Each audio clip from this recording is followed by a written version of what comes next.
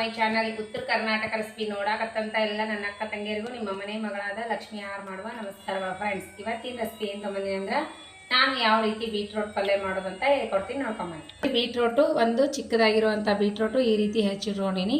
ಅದಕ್ಕೆ ಈರುಳ್ಳಿ, ಆಮೇಲೆ ಸ್ವಲ್ಪ ಮೆಣಸಿನಕಾಯಿ, ಸ್ವಲ್ಪ ಕರಿಬೇವು, ಕೊತ್ತಂಬರಿ, ಶೇಂಗಾ ಪೌಡ್ರು, ಕೊಬ್ಬರಿ ಪೌಡ್ರು ಮಿಕ್ಸ್ ಮಾಡೀನಿ. ಈಗ ಯಾವ ರೀತಿ ಮಾಡೋದಂತ ನೋಡ್ಕೊಂಬನ್ನಿ.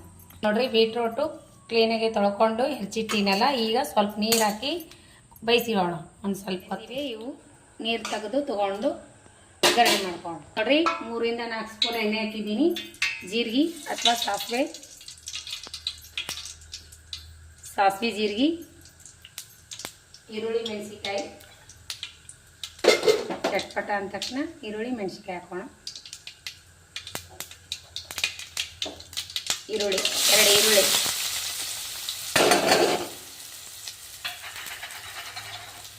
ಇವಾಗ ನೋಡಿ ಮೆಣಸಿನ್ಕಾಯಿನೂ ಹಾಕೋಣ.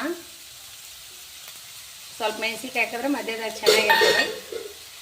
ಸ್ವಲ್ಪ ರೆಡ್ ಖಾರನೂ ಹಾಕೋಣ. ನೋಡಿ,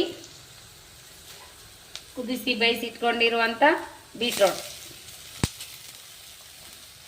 ಹೆರ್ಚಿನೂ ಹಾಕ್ಬೋದು. ಬೀಟ್ರೋಟು ಹೆರ್ಚಿಬಿಟ್ಟು ಮಾಡ್ಬೋದು. ಸಂಪೂರ್ಣವಾಗಿ ನೀರು ತೆಗೆದು ಬೀಟ್ರೋಟ್ ಹಾಕೋಣ.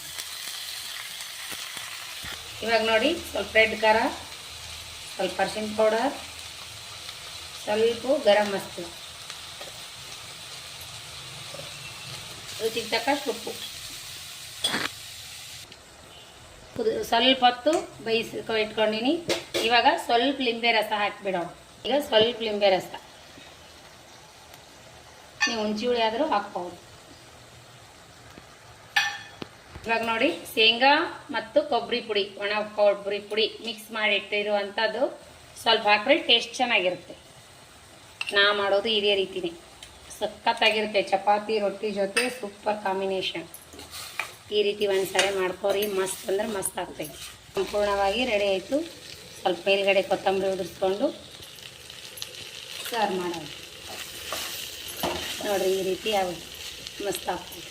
ಮಾಡುವಂಥ ಬೀಟ್ರೋಟ್ ಪಲ್ಯ, ಬೇಳೆ ಸಾಂಬಾರು, ಆಮೇಲೆ ಸಂಜೆ ಊಟಕ್ಕೆ ಸ್ವಲ್ಪ ಸಜ್ಜಕ ಮಾಡ್ಕೊಂಡಿನಿ. ಮಗನಿಗೆ ಹುಷಾರಿಲ್ಲಲ್ಲ, ಹಾಗಾಗಿ ಸ್ವಲ್ಪ ಸಜ್ಜಕ ಊಟ ಮಾಡಿಸ್ಬೇಕಂತ ಸ್ವಲ್ಪ ಸಜ್ಜಕ ಚಪಾತಿ ಮಾಡ್ಕೊಂಡಿನಿ.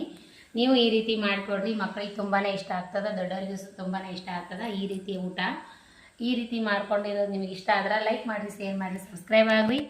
ಈ ಪಲ್ಯ ಮಾತ್ರ ಸೂಪರ್ ಆಗಿದೆ. ಮಗ ಊಟ ಮಾಡ್ಯಾನ, ಸೂಪರ್ ಆಗ್ಯದ ನೋಡ್ರಿ. ನೀವು ಮಾಡ್ಕೊಂಡು ಊಟ ಮಾಡಿರಿ. ನಿಮಗೇನು ಇಷ್ಟ ಆದ್ರೆ ದಯವಿಟ್ಟು ಸಬ್ಸ್ಕ್ರೈಬ್ ಆಗಿರಿ.